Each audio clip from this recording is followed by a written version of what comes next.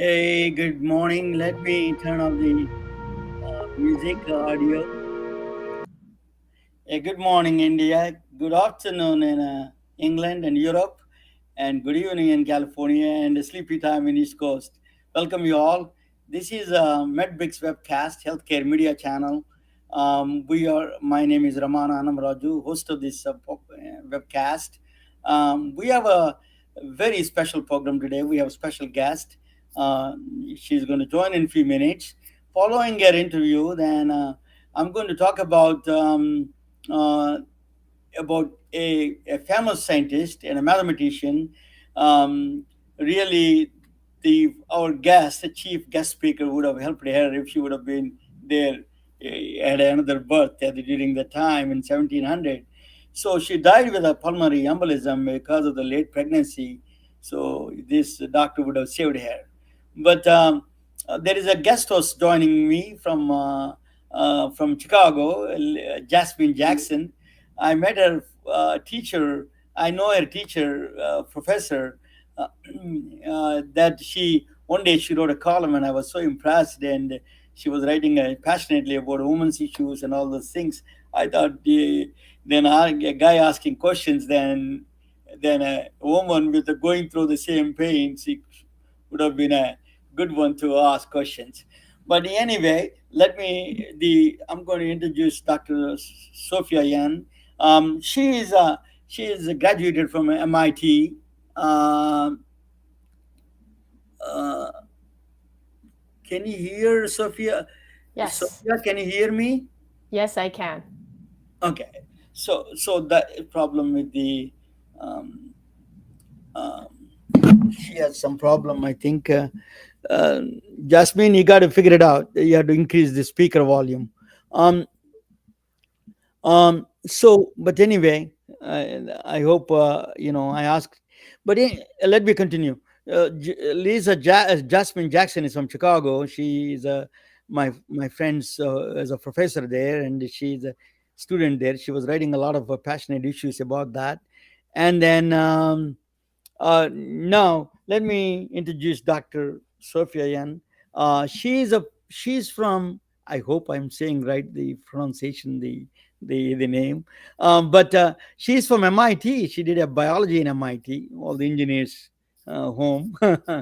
Then she did a medical school in California. The rest of the schools are in California and residency in Oakland.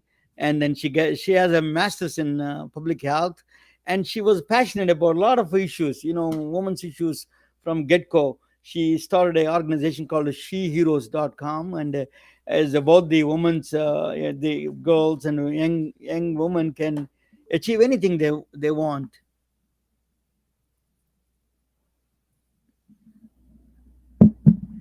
Oh my god. We can hear you, Sophia, Ramana. you can We hear me, right? Yeah, it's Jasmine. Jasmine's having issues. So yeah, this is a problem with always the case.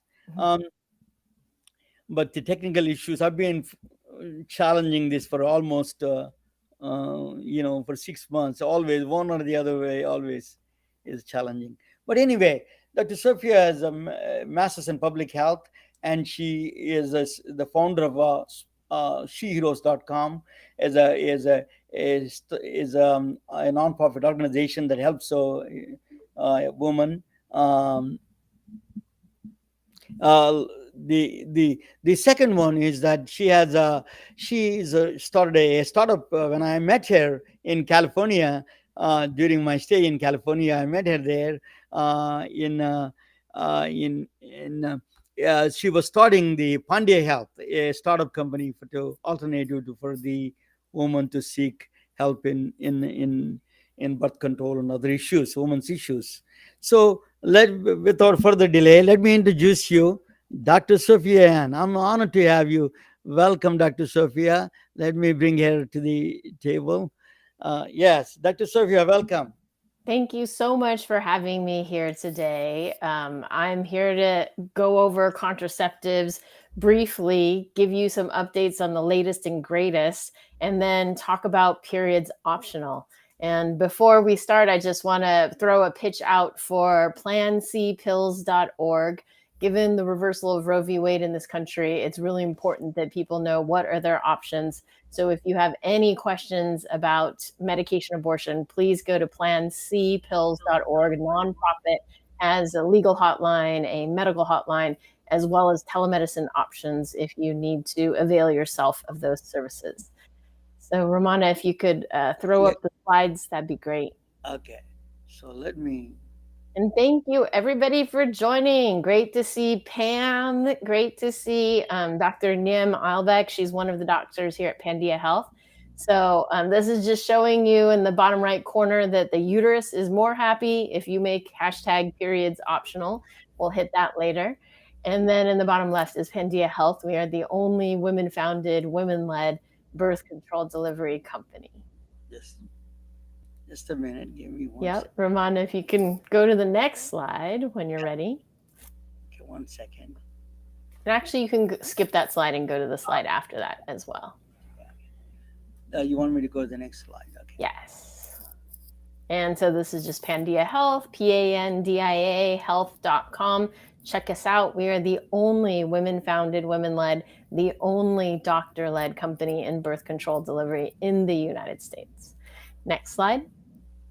So this is the slide that I think will shock, if you could go back one, many of you.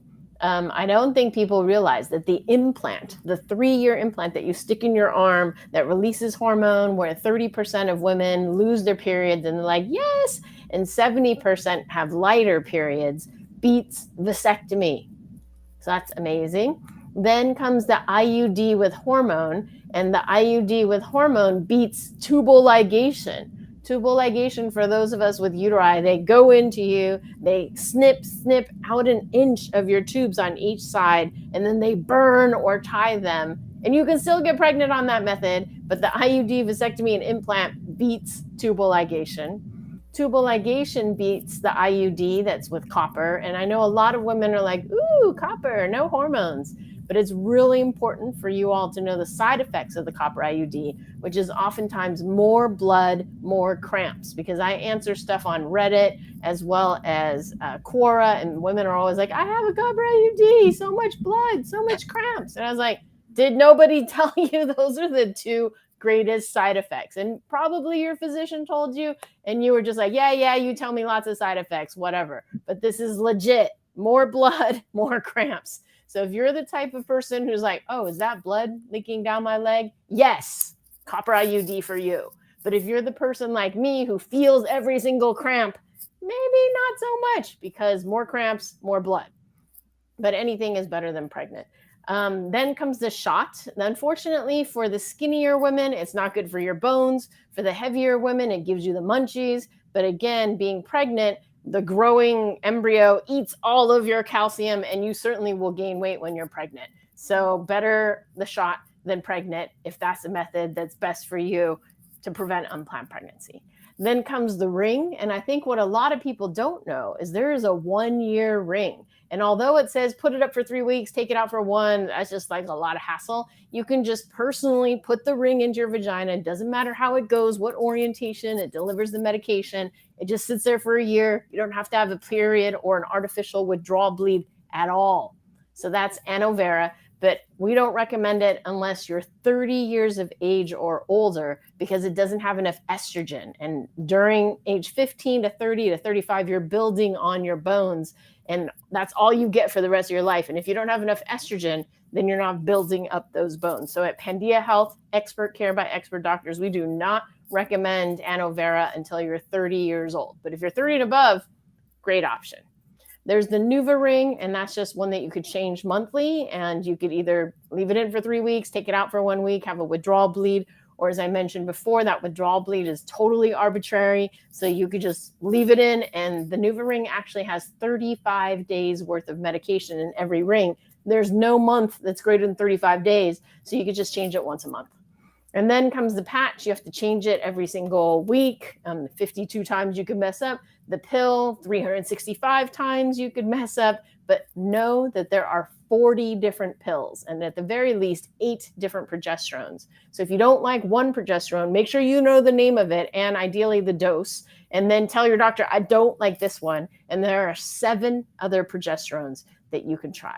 And then comes condoms with spermicide, withdrawal, fertility awareness methods, and abstinence is all or nothing. If you can pull it off, 100%. If you can't pull it off, then you're pregnant. And they've shown people that take abstinence pledges are actually more likely to get sexually transmitted infections because they don't have condoms when they do initiate sex, and it only delays initiation of sex by a couple of months. Next slide.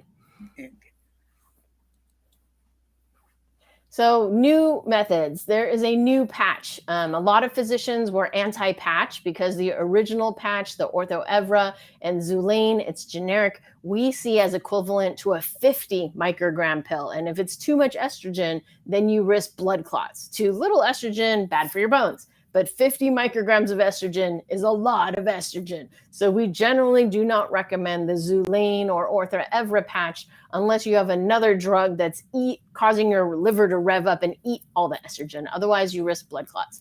So they specifically developed this new patch, levonorgestrel, ethinyl estradiol. The key is it has 30 micrograms of estrogen in it.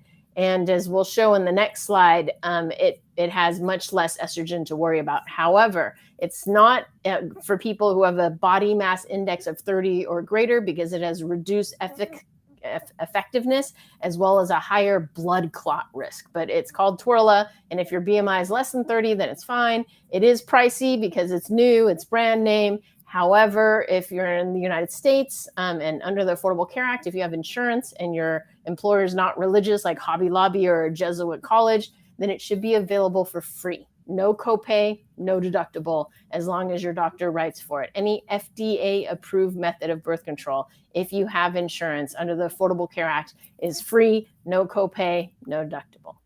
Next slide.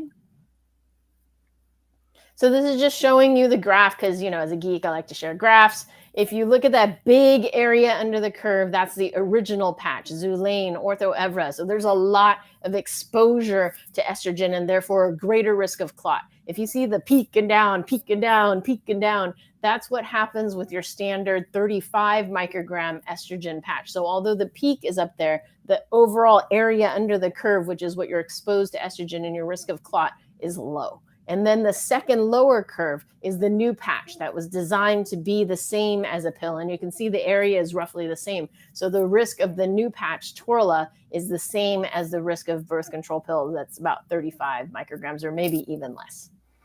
Next slide. So I mentioned the 1-year vaginal ring. When I first heard about it, I was really excited. I was like, we don't need IUDs, or those people who don't know how to do IUDs, we can give everybody the vaginal ring. But they're like, we have very low hormone. And I was like, wait, what'd you say? And they said 13 micrograms. And I was like, you mean 30, right? Because we need 30 for people that are under age 30.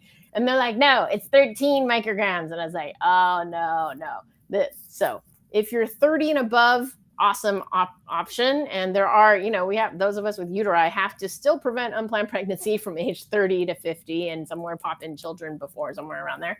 So it's totally fine. It is very expensive because it's covering a year's supply, $2,500 a year. But again, under the Affordable Care Act, it should be no copay, no deductible in the United States. Next slide. And then clinical pearls. Number 1, look at your birth control pills. I like to do this with a bunch of women on a bunch of pills. They'll pull out their pill and I'm like, does your birth control have the word tri, T-R-I in it? Because that means it's triphasic. And they used to make it triphasic because they were trying to mimic the natural cycle, but it's so super physiologic that it's just a farce and it's really not necessary. So those of us in academia always go with the monophasic. And if you're on a triphasic, then your doctor doesn't know about this. So this is something you need to educate yourself, or you as a healthcare practitioner should know about. As I mentioned before, Stanford Pediatric Adolescent Gynecology, Stanford Adolescent Medicine, Stanford Pediatric Endocrinology does not recommend less than 30 micrograms of estrogen in your birth control pill until you're 30 years old. Once you're 30, you can do whatever you want because your bone is what it is, but under 30, no less than 30 micrograms.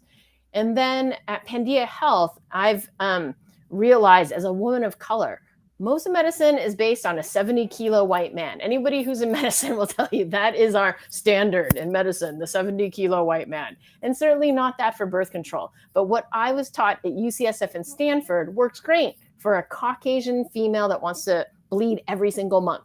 But for Asians and Blacks, we've found that they need more progestational activity to avoid the breakthrough bleeding. And the example I give is I was taught this drug at UCSF and Stanford, and I had to go through 3 different pills until I found one that didn't give me breakthrough bleeding. And over my 20 years of using the pill, I keep going back to the one that we were taught at UCSF because, like, it should be good. It's the one we're told. This is the one we're supposed to do. And I can take my pill every single day at the same day because it's been 20 years and I've been doing this, and I still get breakthrough bleeding. And so after studying birth control pills, I put them in a Excel spreadsheet, ranking them from least likely to have breakthrough bleeding, most likely to have breakthrough bleeding, least likely to have zits and munchies and acne and bad side effects to most, and found an optimal one where we find 85% of people do great on it versus 55% of people stay on the birth control at a year. So 45% quit.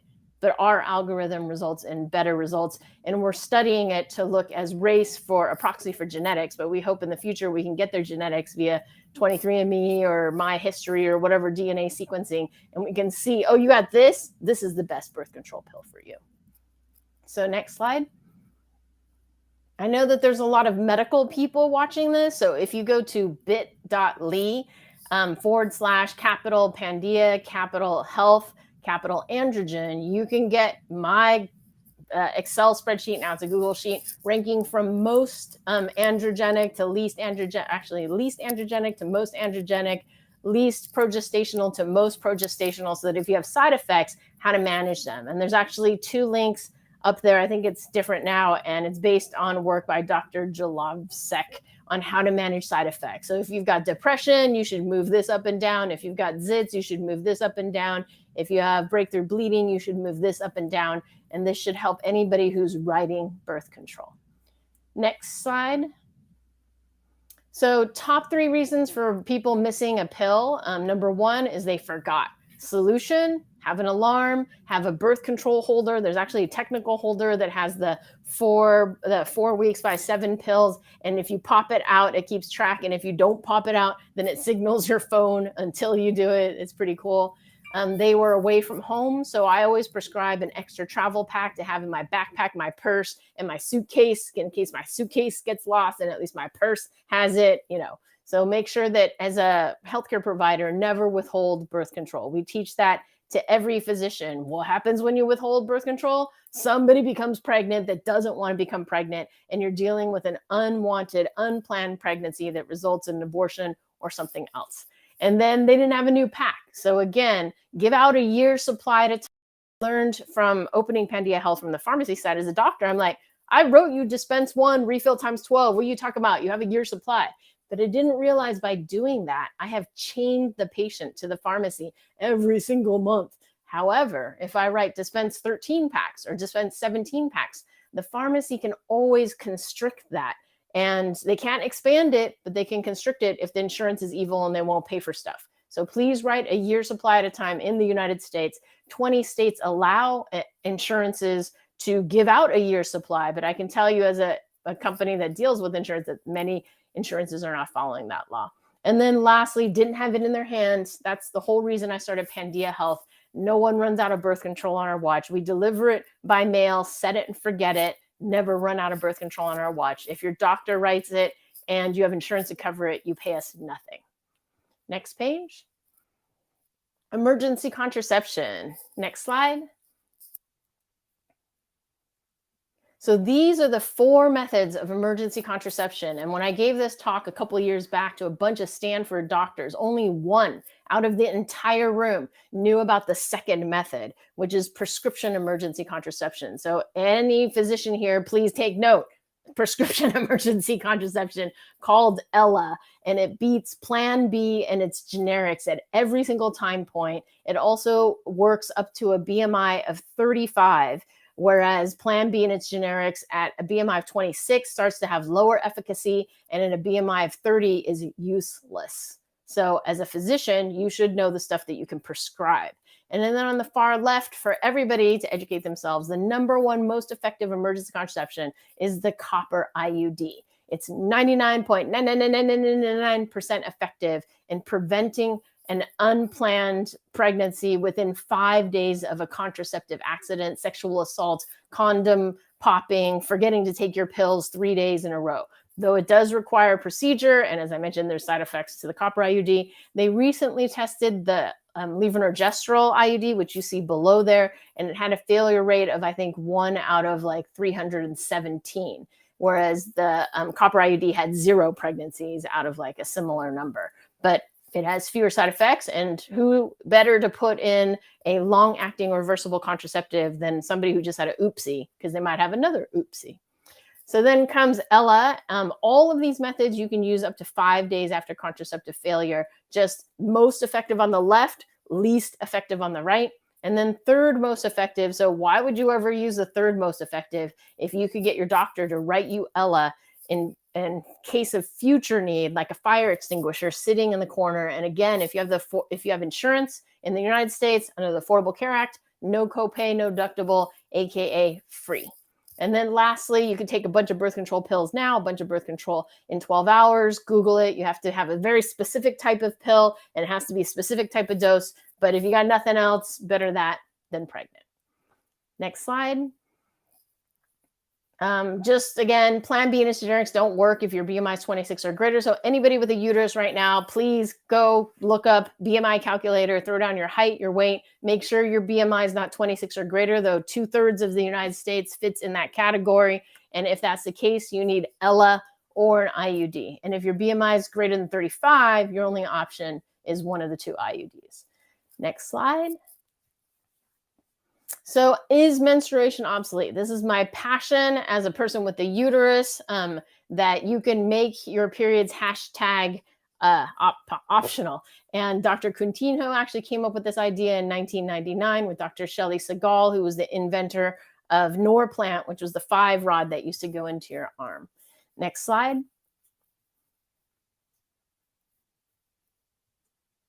Great. So on the left here is the Dogon tribe. On the right here is the United States. The Dogon tribe is in Mali, Africa. They die at age 70 to 80, just like us. So we're comparing apples to apples, not apples to oranges. And they have 100 periods in their lives. So if you go to the second and the last line, 100 periods in their lives, we have 350 to 400 periods in our lives. So we have enough periods for 2 or 3 other women. And the reason why is they start their periods later, 16. We start our periods at 12 in the United States. Basically, 100 pounds or 22% body fat is when you hit menarche, and we hit that sooner in the United States. They have 7 periods a year. Again, nutrition, we have 13 periods a year. But more importantly, they have 8 or 9 children in their lives. We only have 2. They breastfeed for 12 months. We breastfeed for 0, 3, or 6 months. So they spend about 20 years of their lives pregnant or exclusively breastfeeding. How many periods do you have when you're pregnant? 0. How many periods do you have when you're exclusively breastfeeding? 0. And so it's more natural to be pregnant or breastfeeding, aka no periods, than this incessant menstruation that we're doing here in the more industrialized, more nutritionized countries. Next slide. So these are medical conditions that are better without bleeding every single month. And basically, every medical condition is better with a stable hormone than up and down, or with the birth control pill patch ring, 3 weeks up, 1 week down, 3 weeks up, 1 week down. Your body likes a stable hormone, particularly seizure disorders, diabetes, but also asthma, arthritis, depression, acne. If you have menstrual headaches and you only get them around your period, if we eliminate your period, no more headache. Next slide. And then the number one cause of missed school and work in the United States, but also other countries, is bad, evil periods under the age of 25. And I've seen, whenever I give a talk, even to a group of women CEOs, 10% will come up to me afterwards and be like, oh, my periods are so horrible. I don't know what to do. And I'm like, Do you not have health insurance? You are the CEO, but startups, we don't necessarily have health insurance, but a lot of us have health insurance. There are significant others. So if you are missing school and work, please see a doctor. And I know people like, it runs in my family. My mom has it, my aunt has it, grandma has it. Just because it runs in your family doesn't mean it has to be. And the example I give is my family is blind as a bat, but we all use contact lenses and glasses. We don't go around blind bumping into things, we take advantage of science and medicine. Same thing can apply to allergies. If I don't take my allergy meds, I go around going, I take my medicine so I can breathe and so I can function. If you're missing any amount of school or work, please see a doctor. And then academic competitiveness. I have to pitch from Asian, Tiger Mom, Silicon Valley. I have 2 daughters. Who's going to do better on the SAT? My daughters, who have a 0% chance of random blood hitting them on the day of SATs or finals, or your daughter, my daughters who won't have any chance of that, versus your daughters who have a 1 in 4 chance of bleeding on their finals or other things like that. Next slide. So it's really hard because we as physicians in healthcare are always like, you must bleed every single month. And yes, if you are 2 years after your first period in a first world country, we gave you enough nutrition, you should bleed every single month. However, once we know that that system's all good and it's working, then we have the technology to make hashtag periods optional. And actually, every time you build up that lining, you risk endometrial cancer. Every time you pop out an egg, we don't know if it's the popping or the healing, you risk ovarian cancer. The only way to decrease your risk of ovarian cancer is by going on the pill, the patch, the ring to turn off that egg popping every single month. If you do that for 5 years, it decreases your risk by 50%. And the only other way to decrease your risk of ovarian cancer is take out your ovaries. So every time you do this, every time you pop this, you risk endometrial ovarian cancer. And we're doing it 350 to 400 times when what is natural would be 100 times. Next slide. So let's make periods optional. If you want a rehash of that last part, it's my TEDx talk. So if you go to pandiahealth.com/periods optional, at the bottom is my TEDx talk. So I will open it up to questions from Jasmine, but I do see one question here. What does birth control usage look like to you in individuals with PCOS? I have friends with PCOS who are afraid of using BC pills because of the hormones and their mental health in the past. So for polycystic ovarian syndrome, the treatment is generally the birth control pill, patch, or ring. But you can also do just a progesterone only option if they notice that when they go on the pill, it affects their mental health. Each person is different, so each person has to try it. And each person has to figure out, is it the estrogen affecting their mental health or is it the progesterone? And oftentimes it's the progesterone. If it's a progesterone, as I mentioned, there's 8 different progesterones. So which one did you not like? And did you try the other 7? But if you just don't want to go there, you can get an IUD, which continuously gives you progesterone. It may not block the cysts that may form because sometimes there is ovulation with an IUD or an implant or a shot. The shot is probably the best one at blocking that, but I already told you about the side effects. It's, deciding that with your primary care provider. And then also for polycystic ovarian syndrome, you can treat it with progesterone for like 7 to 10 days, come off, and then have a bleed every quarter. So you could just do that. But I would say that's not optimal treatment. And then there's also metformin to treat the metabolic. So I would suggest metformin plus a birth control pill, patch, or ring, but not tolerating that IUD implant shot, not tolerating that, doing just the progesterone withdrawal. But definitely consider metformin as well. So, before I bring Jackson, if you cannot hear us, just type the question, Jasmine. But you're frequently mentioning is now I realize it being a woman is harder, much harder than studying quantum physics. That I studied quantum physics. I tell you, I'm keeping track of all this thing. My head is spinning. One of the things that I have is you're frequently mentioning the BMI is a very significant biomarker there. What is that? But BMI does it with the woman. Great question. So, sorry, I didn't explain. BMI is the body mass index, and it's your height and your weight and corrected for your height. Because if you're taller, then you can have more weight because there's more bones and more body to cover. But it's a proxy for metabolism, and there are some drugs that vary by your BMI and some drugs that do not. And we're seeing that a lot of birth control pills vary by it. And again, it's because everything is based on a standard patient. And it's not a 70-kilo white male, certainly for birth control, maybe a 60 or 55-kilo woman. I don't know what it is. But when you wander, 2 or 3 standard deviations from what was tested on, then you're going to expect that it's not going to work as well. However, the IUD, the implant, and the vaginal ring are all fine, regardless of your BMI. But a pill you take by mouth has digestion and dispersion, and that's probably why it's affected. And they've actually tested doubling up Plan B, and originally they thought it would improve its performance, and it improves it a little bit, but not as good as if you didn't have that higher BMI. So it's insufficient to double up on Plan B. Thank you. Jasmine, can you hear us, or if you cannot hear, type the question if you have any questions there. But Yes, I I don't can know. hear you. Can you hear Yeah. me? Okay, we can hear Yes. you. Go ahead. And we can see you too. And now We you can can see. see me. So thank you so much, Dr. Sophia, for taking your opportunity to speak with us today. I think that you did a very thorough presentation with making the parallels because when I was in college, I suffered from PCOS. So, like the first question with the lady talking about the PCOS, I was like, okay, that was going to be my question. And when I was in college, okay, so I was away from home, and insurance is kind of weird when you're a college student. So I would just like go to the ER because I would have these severe, real periods. So I'm racking up bills at the ER because you're literally sitting there.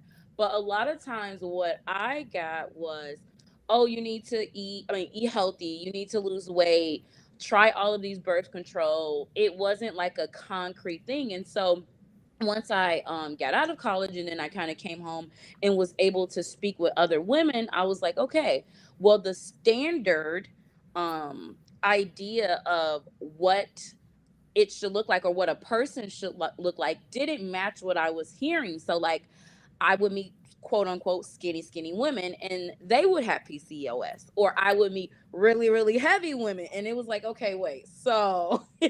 what is happening here? So I think when you do the two parallels between the different cultures, that really makes a lot of sense because we have these parallels and we're making these connections, but it varies. And I think the question about the BMO really matters because it particularly matters on each person individually.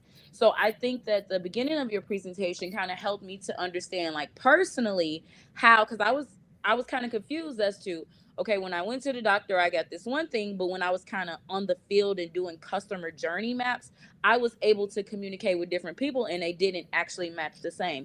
So I think you did a very good job with explaining the differences between body types and how it's really severe and how it takes so much of a long time off your life and things like that. So thank you so much. Yeah, no, thank you for bringing that up. And just, a little more on polycystic ovarian syndrome.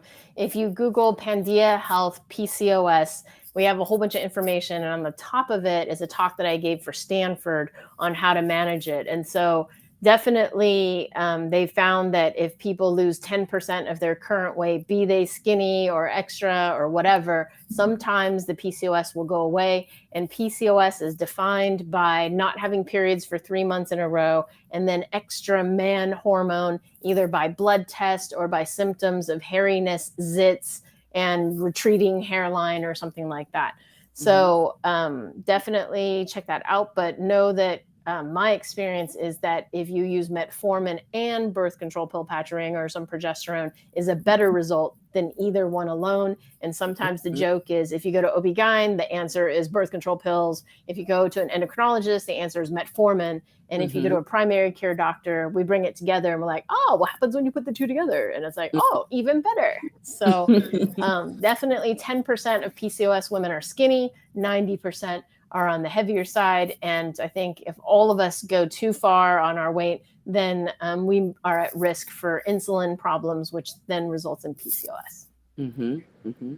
That, Dr. Ian, I heard talk about the Dr. David Sinclair from Harvard talking about if you take a metformin just it reverses the aging process. That's what he claims. Is it what is this connection between this reversing the aging process and in the preventing this health that I am a prevention? believer in drugs, if you haven't figured that out. And so, amongst the let's see how long we could possibly live community, a lot of people are taking metformin. And the reason why is because one of our greatest morbidities is if we're overweight or if we're in a hyperinsulinemic state. And so, one way to tell if you're in a hyperinsulinemic state, particularly I do weight clinic at Stanford, if you look at somebody's neckline, particularly Asians, Latinos, and Blacks, not so much Caucasians, and it might be lighter in different ethnicities. If you see kind of a dark shading here, or if it gets bad enough, I've seen it on the knuckles, I've seen it under the breasts, I've seen it in the armpits,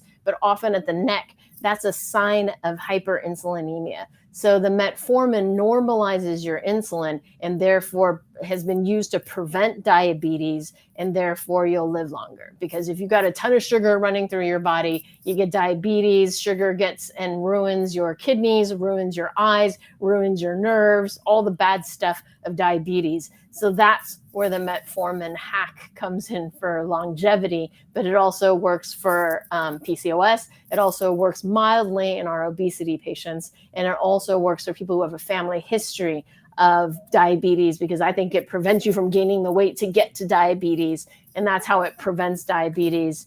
And then the main bad things you have to look out for on metformin is if you have kidney problems, metformin affects your kidneys, so you can't take metformin if you have kidney problems. But mainly I deal with people under the age of 35 in our weight clinic because I'm with the teen and young adults there. And so the main risk is an adult alcoholic. So if you're not an adult and an alcoholic, not so much a concern. It does have some GI side effects, but if you're trying to lose weight, a little fartiness or diarrhea or nausea isn't a bad thing if it's tolerable for you. But the side effects don't happen to everyone, but those are the side effects that happen. Thank you so much, Dr. Ian. What is such a brilliant talk, really. This is as a man that I learned so much. We need to know. I have a daughter, I have sisters, and all these people. They should know what's going on. I mean, it is a very informative. Thank you so much. I'm going to talk about a story. I'm going to present a story about a 17th century woman. Her name is Emily du Châtelet. She actually, yeah, this is a story so relevant to the Dr. Sophia Ann's talk, is about what she went through at the age of 42. She got pregnant at that time, 1700, 1800, 1702. 1749, she died. Think about that. She could not get any other alternatives, and she died. She produced one of the best works in science and mathematics. That's what I'm going to talk about. What she did, how she died. She wrote a first. She is one of the few people that at that time Newton was alive. She started understanding calculus at that time. She is one of the few who understood calculus during this time. Now we have, even now, there are a lot of people who have problems with the calculus.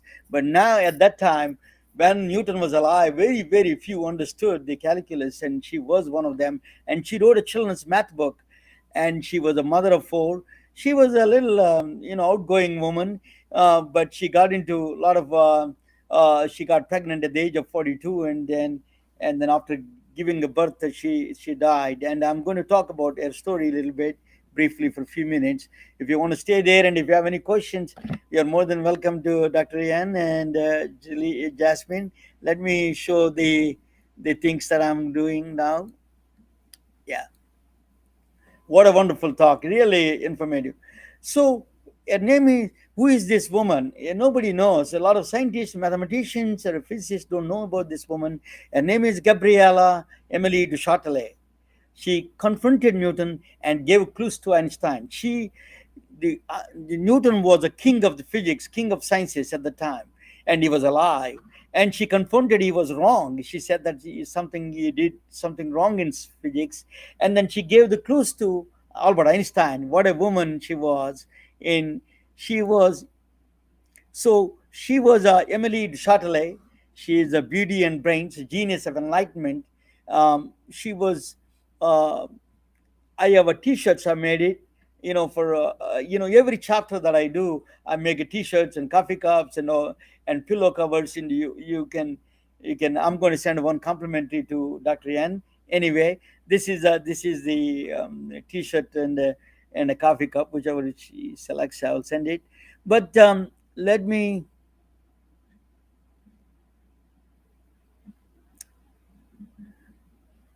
This one I am trying to close this. Yeah. So, Enlightenment Age of Reason, 1637. This is to 1850, reason of over superstition. There's a lot of superstitions during this time. This is a period called Enlightenment period, Age of Reason. Reason over superstition, tolerance over hate, scientific endeavor over beliefs. These are all a big shift in the human civilization took place between 1637 and 1815. So then Gabriella is 70. She was born in 1702 and she died at 1749 at the age of very 47 of 47 she died. So she was the Enlightenment period. Johannes Kepler and Rene Descartes, and but Johannes Kepler did the planetary motions, the laws of the planetary motions, and the Rene Descartes did a he combined the algebra. You can represent the shapes, geometrical shapes with the algebraic equations. Baruch Spinoza is one of the universal. He was kind of a proponent of the universal spirituality, and is a great. He was the is a he was Albert Einstein's favorite philosopher. In fact, Baruch Spinoza, and then Immanuel Kant is a modern day CXO, user experience guy. Everything you need to experience, that is in terms of philosophy. That is only empirical, and experience is more precedence over even empirical formulas. He says. So I would call him as the first user experience father of the user experiences, CXO. Then Isaac Newton is a legendary, and he put the laws of the Newtonian laws, the rackets going up or down, or the cars moving today because of Isaac Newton. And the Leibniz is a contemporary of Newton, and he did a lot of calculus, and he was one of those people had a long rivalry with the Newton. And Benjamin Franklin is a polymath of the United States. He invented the bifocals and the other. He was a constitutional. He drafted the first constitution. Adam Smith is a free enterprise. He promoted the free. And this is the time of the Enlightenment period. She was born only in the sea of men. There's the only woman. She was the woman who wants to learn math and science, Emily du Châtelet. So she was born into a wealthy family, rich family, and then she has a love for math and science. She got tutored. She cannot even attend the math and science schools, so she has to take a home class, home study. She did, and her father was teaching her math and science, and she created a lot of love for math and science. So what she did was she did she did she is from aristocratic family. So she built a city outside of Paris. She built a huge place, and she built a library with comparable to the Paris library compared to the French library, with all the books and everything. She imported the equipment from England, and she wanted to test the laws of Newton. Uh, One of the things, she had a suspicion that laws of Newton may be wrong certain area. So one of the laws in the beginning days, there's the infancy stage of the energy and motion. That was the thing. So she built this big beautiful place. Think about 1700s. That's doing this. So what is the problem is this is a kinetic problem, is the energy of a moving bodies. That is a very infancy stage. The equations are Newton first proposal was the energy of a moving body. the energy it produces while it's moving, it stopped at some place. It is a the is proportional to the speed. Its speed is velocity. That's what he thought in the beginning days, is a vis a viva, they call living force. And that's what it's proportional to v, velocity, speed. The energy that moving body produces is proportional to the directly proportional to the velocity of speed. But in fact, that is a problem. you know in fact, if you have a crash, people, if you have a this is what she found, is that from the Leibniz, what the Chatelet found out, it is squared, not the is proportional to velocity, is proportional to squared velocity. It's a car going with a 20 kilometers per hour. If you hit somebody, that energy produces not directly proportional to 20. It is actually 20 squared, 400 times impact, that is. So the squared concept, she introduced the concept of squared, very fundamental, very important concept in physics. She introduced this on Emily de Chatelet. And that square, that is a impact energy that produces, is also always squared. That's the reason. If you see why atom bomb is so, Albert Einstein took that clue from her. Now, finally, there was a strong justification for considering mv square as a fruitful definition of energy there. Mc square, 20 kilometers per hour, is the way it produces. But this velocity speed of light is 186,000 miles per hour per second. To think about that, the amount of the energy it produces. So if the asteroid hits the Earth with a speed, you see the destruction. You just half a mile radius asteroid can destroy the entire Earth with that speed. The kinetic energy translated into squared speed. Squared speed. The atomic bomb, for example, is E is equal to mc square. C is a 186,000 miles per second. Think about that. The energy it produces is a way above because of the speed squared. That is the power of the atom bomb. So the Emily de Chatelet, she is stood between the two giants of science, Newton and Albert Einstein, and she confronted Newton, and then she gave the clues to the Albert Einstein's equation. She is really a woman. She is a mother. She's a scientist. She's a philosopher. She was writing the final chapters in the. She translated Principia Mathematica from Newton to all the way to the French. That's what she did. Uh, so she actually wrote a small the children's mathematics book. She didn't like the books that is written for children. She wrote a book for children, math book.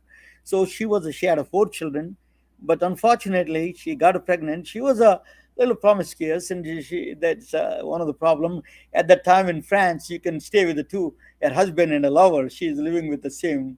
The Manazatoire came from there, and she was living with the husband and a lover. That was a but she had an affair with somebody else, and she got pregnant. But she was writing until the last day of her life. She was writing this, translating the Newton Principia translation to French. That is still a standard textbook even today. The relationship between the distance and the time and the speed. So they said that a forgotten woman of science, because of the religious people, there were Talibans at the time, during those times, different kind of Talibans. A great man whose only fault was being a woman. That's what they said about her.